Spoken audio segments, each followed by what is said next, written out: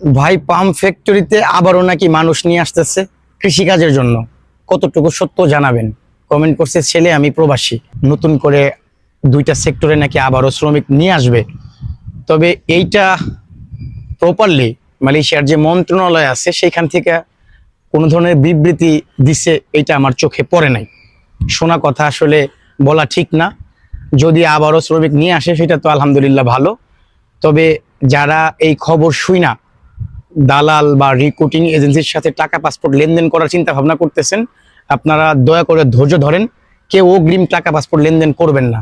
যদি কখনো আবারও মালয়েশিয়াতে পাম বাগানের কাজের জন্য বা ফ্যাক্টরির কাজের জন্য শ্রমিক আনে, সেই ক্ষেত্রে যখন মালয়েশিয়ার মন্ত্রণালয় থেকে বিবৃতি প্রকাশ করবে বা মালয়েশিয়াতে অনেক মিডিয়া আছে তারা সংবাদ প্রচার করবে, সেই সময় 100% শিওর হওয়ার পর টাকা পাসপোর্ট লেনদেন করবেন।